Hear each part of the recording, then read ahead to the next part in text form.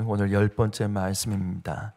빌라도에게 고난받으신 예수님이라는 제목으로 말씀을 전합니다. 사도신경에는 두 명의 사람의 실명이 기록되어 있습니다. 누구랑 누구죠? 사도신경에는 사람 이름이 두 명 있는데 마리아와 빌라도입니다. 이들에게는 공통점이 있습니다. 모두 예수님의 신앙 고백 부분에 등장하는 사람입니다. 그리고 다른 점은 한 명은 남자이고 한 명은 여자입니다. 그리고 또 한 명은 하나님의 구원의 역사에서 마리아는 생명과 순종의 사람이었습니다. 마리아는 처녀로서의 자신의 모든 것을 다 포기하고 예수의 생명이 태어나게 했습니다. 그 과정 속에서 마리아는 부정적인 여인으로 오해를 받았지만 그는 하나님의 뜻을 받아들여 자신에게 맡겨진 모든 사명을 묵묵히 순종하며 인내했습니다. 그런데 빌라도는 반대 인물입니다. 그는 불순종의 사람이었습니다. 그는 사망과 불순종의 사람이었습니다. 빌라도는 예수님이 죄가 없다는 것을 분명히 알았지만 자신의 야망과 권세를 위해서 정의에 불순종하고 예수님께 사형을 선언했습니다. 빌라도는 당시 유대 땅의 총독이라는 권력을 지키기 위해서 자신이 살고 예수를 희생시켰습니다.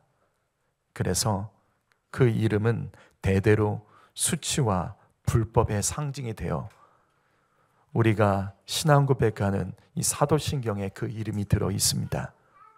오늘은 예수님에 대한 사도신경 중 세 번째 내용인 본디오 빌라도에게 고난을 받으사라는 그 내용을 가지고 함께 말씀을 나누도록 하겠습니다. 왜? 한번 눌러주세요.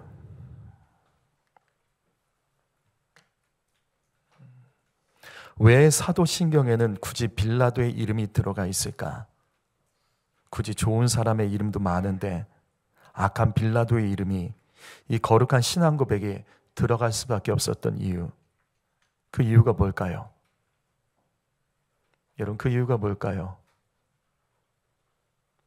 왜 사도신경에 빌라도의 이름이 들어가 있죠? 이것은 예수님과 그 다음에 예수님의 십자가 사건이 꾸며낸 이야기가 아니라 빌라도의 판결에도 있었던 것처럼 예수님과 그 십자가의 사건은 역사적인 사실이라는 것을 가르쳐 줍니다. 그럼 빌라도가 어떤 사람일까? 빌라도의 정식 이름은 본디오 빌라도, 폰티우스 필라투스입니다. 그는 로마 황제 디베르 때 유대 지역을 다스렸던 5번째 로마 총독이었습니다.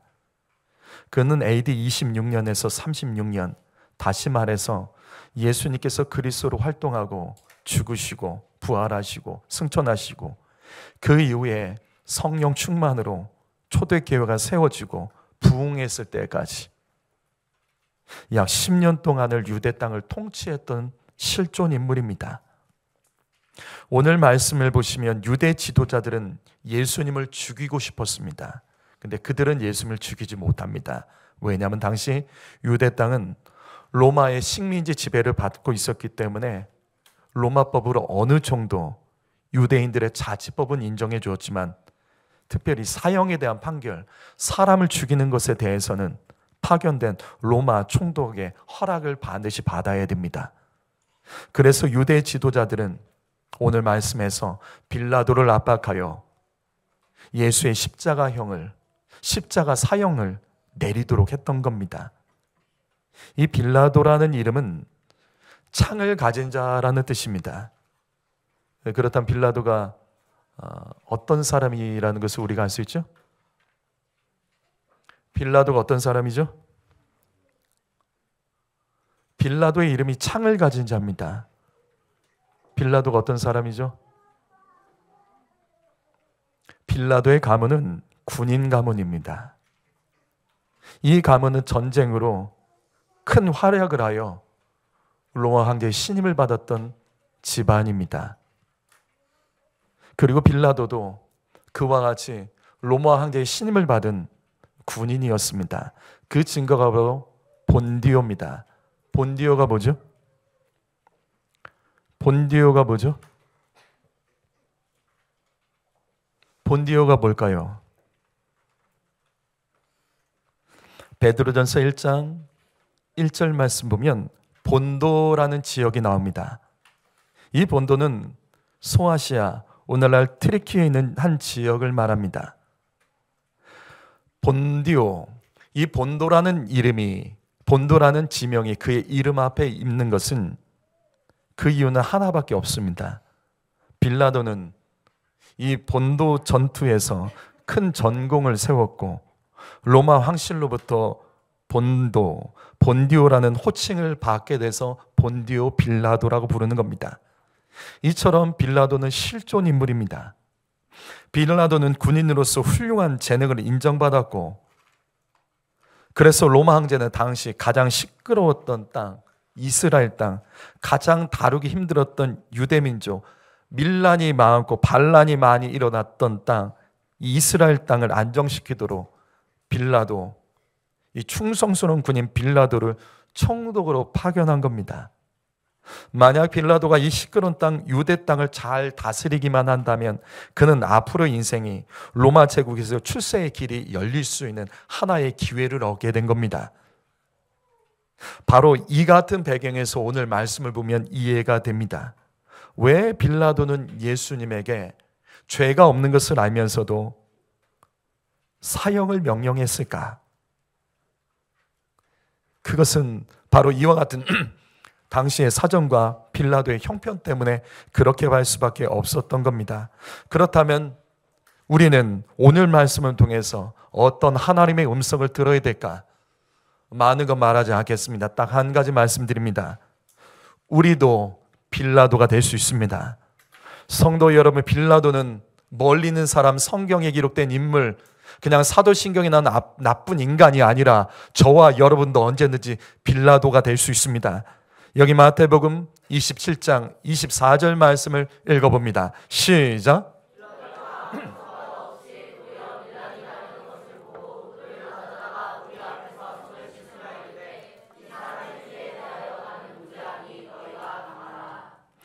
빌라도는 예수님이 죄가 없다는 것을 알았어요.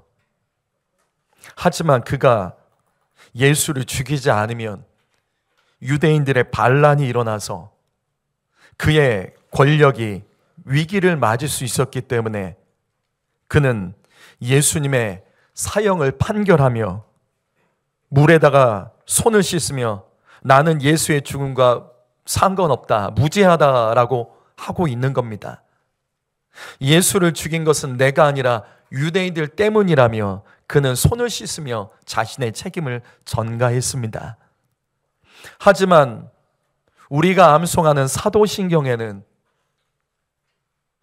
예수님을 빌라도 앞에 끌고 갔던, 그래서 십자가형을 이끌어냈던 당시 대제사장이었던 가야바의 이름은 없습니다. 예수의 죄를 없다는 것을 알면서도 그것을 외면하고 사형 판결을 했던 빌라도의 이름만 분명하게 기록이 되어 있습니다. 성도 여러분, 우리는 사도신경을 신앙 고백하면서 우리 안에 빌라도와 같은 모습과 태도를 찾아내서 회개해야 됩니다.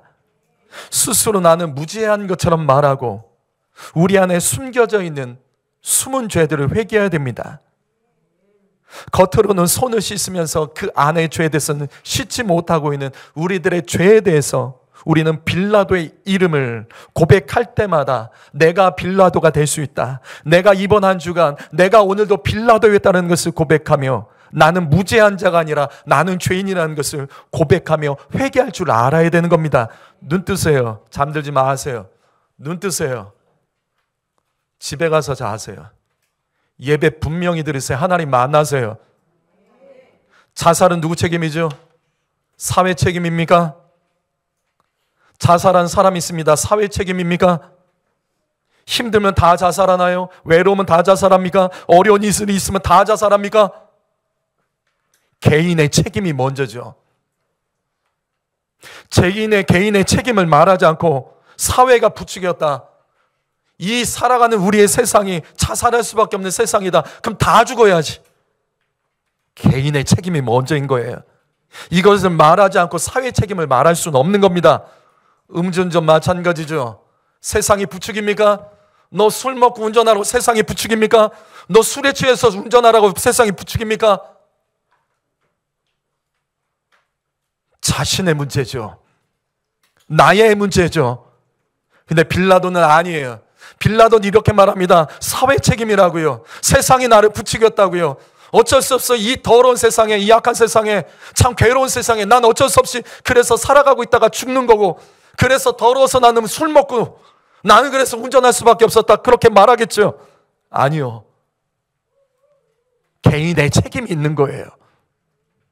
혹시 우리 안에 지금도 여전히 나의 문제를 남 탓하고, 남편 탓하고, 아내 탓하고, 부모 탓하고, 교회 탓하고, 나라 탓하고, 옛날에 상처 끄집어내서 또 끄집어내서 내가 그래서 그렇다고 말하고, 그러면서 손 씻고 나는 무죄하다, 나는 억울하다, 나는 책임을 없다 말하는 자가 있다면 그와 똑같은 말하는 자가 바로 오늘 말씀의 빌라도인 겁니다. 빌라도는 멀리 있지 않습니다. 우리의 모습 안에도 빌라도가 있고 내 가정 안에도 빌라도가 있는 겁니다. 그렇다면 우리는 빌라도가 되지 않기 위해서 어떻게 해야 될까요?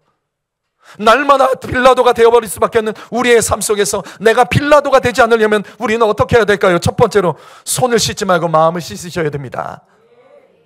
손을 씻지 말고 마음을 씻으셔야 됩니다. 빌라도는 예수님이 무죄한 것을 알았어. 하지만 예수의 십자가 판결을 냈습니다. 그리고 자신의 손을 씻으며 나는 상관없다라고 말합니다. 이게 왜 상관없는 거죠? 이게 왜 상관이 없는 거죠? 손 씻으면 다 해결되는 거예요? 성도 여러분, 우리가 이 땅을 살아가면서 우리가 죄 짓는 부분에 내 손을 씻으며 나는 죄가 없어, 남 탓이야, 환경 탓이야, 상처 탓이야, 언제까지 그럴 거냐고요? 그런다고 무죄해집니까? 하나님은 무죄를 여기십니까? 아니요. 마음을 씻지 않으면 이 문제는 해결되지 않는 겁니다. 신명기 21장 6절과 7절 말씀에 보면 이 손 씻는 것은 이미 구약 성경에도 나와 있어요. 구약 성경에서 어느 날 길을 가다가 사람이 죽은 사람을 발견했을 때, 이 사람이 왜 죽었는지 모를 때 이 문제를 해결하기 위해서 피살된 곳에서 가장 가까운 성읍에 장로들, 어른들이 다 나와서 손을 씻는 거예요. 나는 상관없다, 우리는 상관없다, 우리 성읍은 상관없다, 그러면서 맹세를 하게 됩니다. 근데 함부로 손을 씻지 못하는 거죠. 만약에 그 성읍에서 그 문제가 발생된 거라면 그들은 하나님 앞에서 거짓말하는 죄로, 하나님 앞에 잘못된 맹세로 심판을 받게 되는 거예요. 그래서 길가에 죽은 시체가 있을 때 그 가장 가까운 성읍에서 손을 씻기 전에 먼저 알아보는 거예요. 우리 안에 어떤 일이 있었던 것은 아닌가, 우리 안에 문제는 없었던 것은 아닌가, 그것을 확인한 후에 손을 씻어야 되는 거예요. 그런데 신기하죠? 구약 성경에 기록된 이 내용이 로마 사람 빌라도도 손을 씻었습니다. 무슨 말이냐면 당시 이 고대 사회에서는 상대방에게 책임을 전가할 때 사용하는 일들이 바로 손 씻는 거예요. 나는 죄 없다, 다 저 사람 문제다, 나는 아무 무죄하다, 저 사람이 문제다, 남 탓하고 남들에게 책임을 전가할 때 하는 일이 손 씻는 거예요. 그래서 오늘 말씀에도 빌라도가 손을 씻었던 겁니다. 그러나 정말로 자신과 상관없는 일들만 우리는 행하고 있는 것일까요? 우리의 삶의 문제들은 나와 정말 상관없는 일일까요? 내 문제가 아닌 다른 사람 때문에 내가 어떻게 억지로 했던 것일까? 누가 떠밀어서 내가 죄졌던 것이고 누가 떠밀어서 악한 일을 했던 것일까? 그것이 아니라는 것을 우리는 말씀을 통해 깨달아야 됩니다. 사랑하는 성도 여러분, 우리가 빌라도가 되지 않으려면 손만 씻으면 되는 게 아니에요. 나는 무죄하다, 나와 상관없다, 저 사람 때문에 그랬다, 내가 어쩔 수 없는 상황이었다, 아니요. 우리가 빌라도가 되지 않으려면 마음을 씻어야 된다고요. 그것은 저의 말이 아니야, 성경의 말씀입니다. 시편 73편 13절 말씀 큰 소리를 읽어보시죠. 큰 소리로 읽습니다. 시작.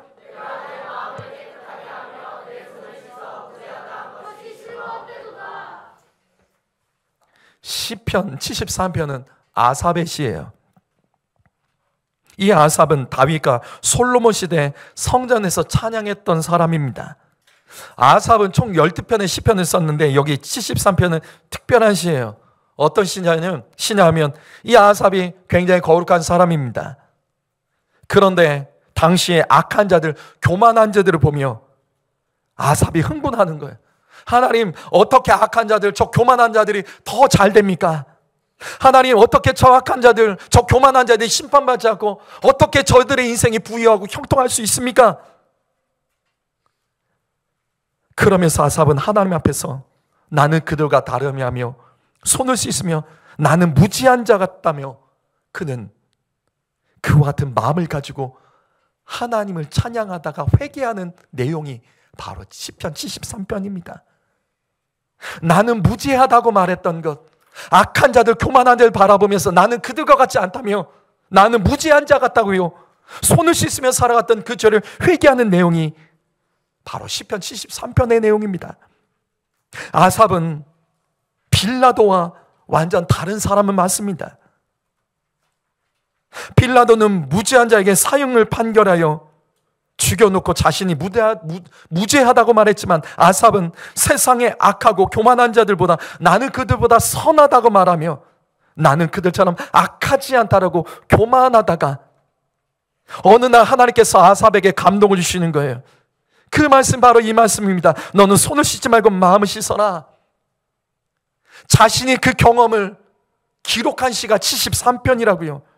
손을 씻는다고 무죄해지는 것이 아니라 아직도 우리 안에 감춰진 수많은 죄들을 회개하며 씻어내지 않으면 나도 언젠가 그 악한 자들, 교만한 자들과 똑같이 된다. 그는 그의 음성을, 주님의 음성을 듣고, 그리고 아삽은 이 시를 통해서 내가 과거에 그랬다. 과거에 세상에서 악하고 교만한 사람들 욕하며 하나님 어떻게 저들을 심판하지 않으십니까? 하나님 어떻게 저들이 더 형통합니까? 그렇게 내가 스스로 나는 죄 없는 사람처럼 그렇게 살아가다가 하나님께서 그 교만한 지점에 깨닫게 해주셔서 마음을 씻어야 된다는 것을, 세상의 악한 자들을 볼 때 나는 무지하다며 나는 그들과 다르다며 내 손을 씻는 것이 아니라 그 사람들을 볼 때 내 안에 숨겨져 있는 죄, 나도 그들과 똑같은 사람이 될 수 있는 그 죄에 대해서 그는 씻어야 된다는 하나님의 음성, 그 감동을 듣고 기록한 시가 바로 시편 73편이라고요. 바로 이겁니다. 성도 여러분, 저와 여러분도 빌라도 될 수 있습니다. 빌라도의 문제는 손만 씻었고 마음은 씻지 않았습니다. 빌라도는 몸을 씻었지만 그 심령은 씻지 않았다고요. 저와 여러분도 마음과 심령의 더러운 것을 인정하고 씻어내지 못하면 우리도 언젠가 빌라도가 된다고요. 손만 씻고 마음의 죄를 씻지 않으면 예수 믿는다고 하면서도 우리는 예수를 죽이는 사람들이 될 수 있습니다. 사람들에게 보여주는 내 손만 씻고 그 속마음에는 그 악하고 더러운 교만한 죄를 씻어내지 않으면 우리는 교회를 살아간다고 말하면서도 어느새 교회를 무너뜨리는 자가 된다고요. 복음을 전해야 된다는 말만 하면서도 복음을 가로막는 자가 될 수도 있다는 겁니다. 사랑하는 성도 여러분, 우리 가운데 마음을 씻지 않고 손만 씻는 것들은 무엇입니까? 여러분들 가운데 마음을 씻지 않고 손만 씻고 있는 것들은 어떤 것입니까? 말이 부정한 분이 계세요? 비판적이고 원망과 불평이 많은 성도가 있습니까? 그렇다면 오늘 말씀 듣고 이제부터는 내가 말 조심해야지, 그게 아니라고요. 그건 손만 씻는 거예요. 우리 안에 심령의 그 더러움, 그것들을 만들어내는 그 더러움, 믿음 없음과 감사를 잃어버린 그 심령의 죄부터 회개하지 않으면 말 조심해야지, 이게 안 된다고요.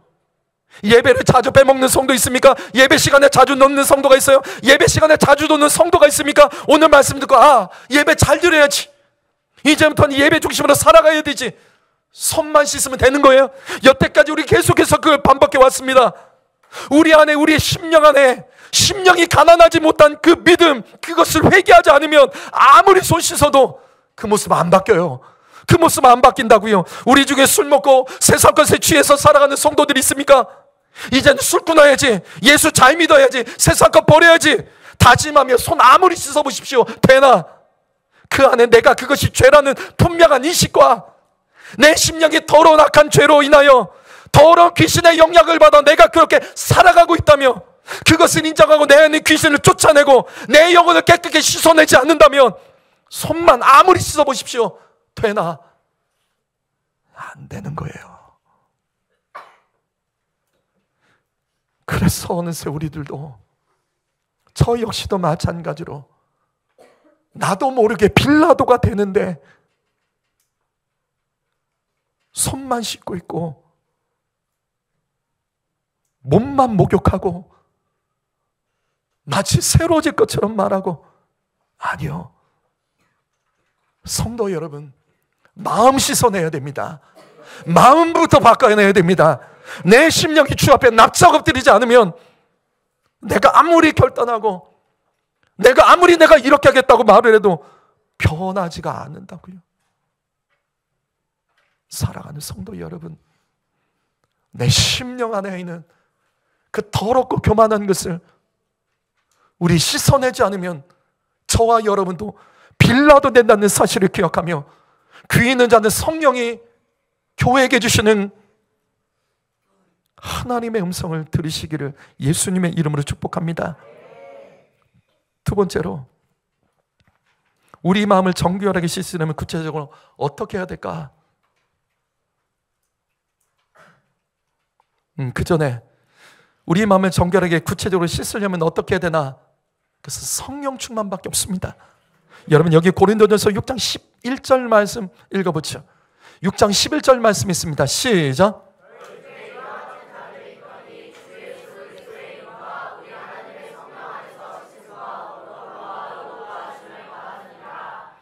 우리 마음 씻으려면 마음으로 다짐한다고 되는 게 아니에요. 성령 받아야 됩니다. 성령 받아야 깨끗해집니다. 성령은 씻으시는 영, 정결의 영입니다. 성도 여러분, 다짐만 하시지 마시고 성령 받아야 됩니다. 성령 받으려면 주 앞에 나와서 엎드리고 기도해야 됩니다. 성령 받으면 빌라도 되지 않습니다. 성령 받으면 살리는 영이 되는 줄 믿습니다. 두 번째로, 우리가 빌라도가 되지 않으려면 아내 말을 잘 들어야 됩니다. 이런 거 우습게 여기지 마세요. 이런 거 우습게 여기시면 안 돼요. 남편 여러분, 아내 말 잘 들어야 됩니다. 오늘 말씀 19절 말씀 읽어보죠. 19절 말씀 있습니다. 시작.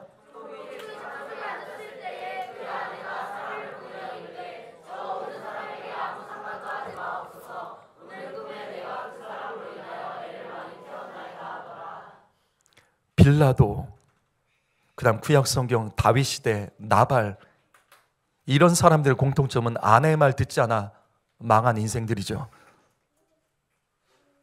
빌라도가 예수님을 재판하기 위해서 재판석에 앉았을 때 갑자기 빌라도의 아내가 사람을 보내서 빌라도에게 메시지를 전달합니다. 예수님이 재판에 아무 상관하지 마라. 여보, 그 옳은 사람의 재판에 관여하지 마라. 빌라도는 예수님을 옳은 사람이라고 말합니다. 예수님이 옳은 사람이라고 어떻게 알았을까? 꿈에서 하나님께서 가르쳐 주신 거예요. 하나님께서 꿈에서 빌라도의 아내에게 경고하신 겁니다. 그 사람, 예수는 옳은 사람이기 때문에 예수를 해치는 판결을 내리지 마라. 거기에 상관하지 마라. 예수님에 대한 재판은 아침 일찍부터 시작됐습니다. 빌라도의 아내는 아침에 일찍 시작되는 재판에 아주 급하게 사람을 보내서 메시지를 전달한 거예요. 그래서 빌라도도 심상치가 않았던 거예요. 그래서 예수의 판결에 대해서 미루려고 했습니다. 마태복음 27장 23절 말씀, 나는 이 사람에게 악을 발견할 수가 없다. 하지만 사람들이 외치는 거예요. 유대인들이 예수 십자가에 못 박아라. 나는 이 사람의 제목을 찾을 수 없다. 근데 유대인들이 외치는 거예요. 예수를 십자가 못 박아 죽여야 된다.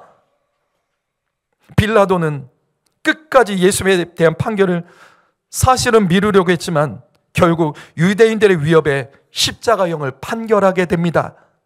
빌라도는 아내의 말을 듣지 않았던 거예요. 그 결과 빌라도의 이름은 사도신경의 악한 자 이름으로 기록되게 된 겁니다. 성도 여러분, 그중에서 남편 여러분, 저도 남자잖아요. 아내 말 잘 들어야 됩니다. 아내의 말을 하나님의 음성처럼 듣는 사람이 복이 있습니다. 이거 우습게 여기지 마세요. 이거 우습게 여기지 마세요. 남자가 이런 말 하기 쉽겠어요? 하지만 살아보니 하나님 말씀 다음으로 가장 옳은 게 아내의 말 맞습니다. 그리고 이게 성경적입니다. 창세기 2장 18절 말씀 읽어보시죠. 읽어봅니다. 시작.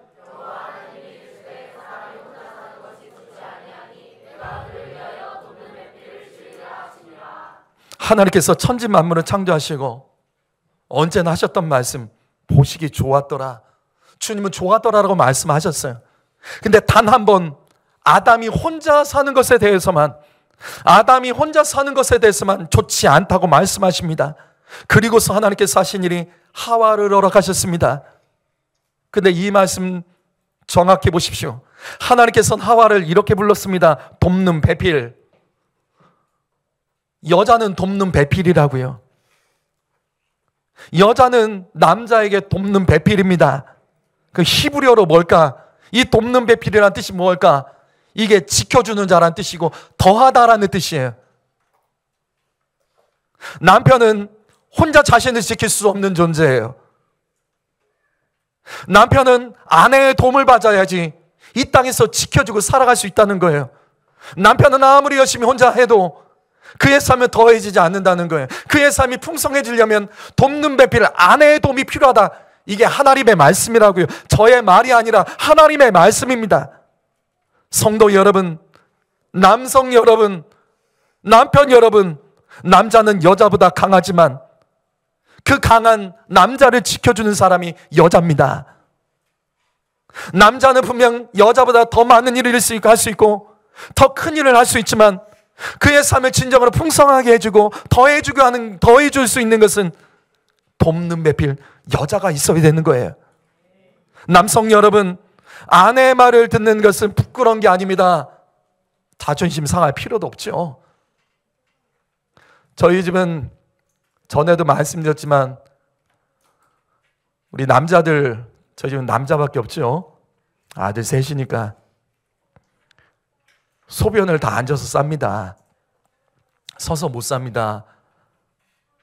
아내가 청소하기 힘들다고, 냄새 난다고 우리는 다 앉아서 쌉니다. 처음에는 뭐 남자의 자존심, 우리 애들도 막 그랬지만 지금은 자연스러워요. 가끔 여기 교회에서 남자애들 와서 놀러 와가지고 화장실 가서 서서 볼일 보면 고발합니다. 어떻게 서서 싸냐고. 그치, 누구 알지? 아내의 말 들어야 돼요. 아내 말 들으면 가정이 행복해지고 깨끗해집니다. 아내가 청소하라 할 때 청소 안 하면 집안 더러워집니다. 아내의 말은 옳습니다. 제가 여자들 편들려고 하는 게 아니라 이게 성경 말씀이라고요. 여러분, 아내를 믿어주셔야 됩니다. 남편 여러분, 아내의 말 경청해 주세요. 아내의 말을 하나님의 음성을 듣는 자가 복이 있습니다. 그러면 빌라도 되지 않습니다. 에베소서 5장 25절 말씀 읽어볼까요? 읽어봅니다. 읽습니다. 시작.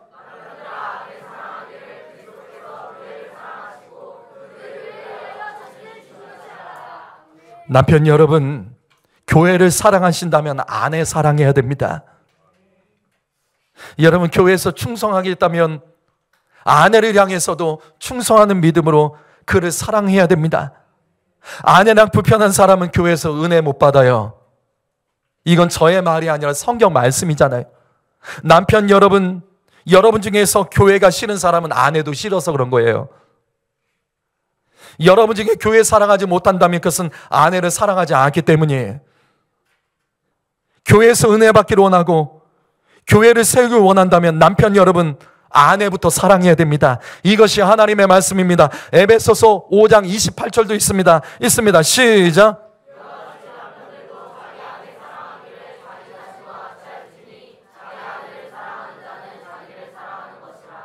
남편 여러분, 아내 사랑하는 것이 나를 사랑하는 겁니다.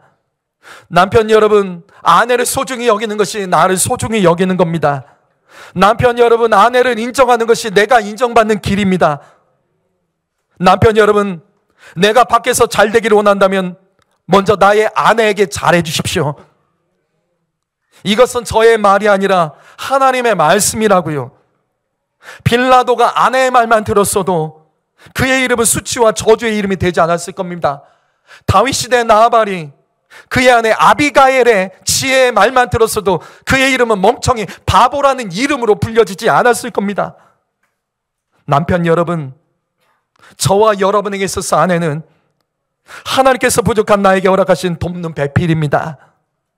남편에게 아내는 남편을 지켜주는 자, 더 풍성하게 만들어주는 축복의 사람임을 기억하며 아내를 사랑하고 아내의 말을 들어주고 아내에게 경청하는 자, 하나님 그거 다 지켜보고 계신다고요.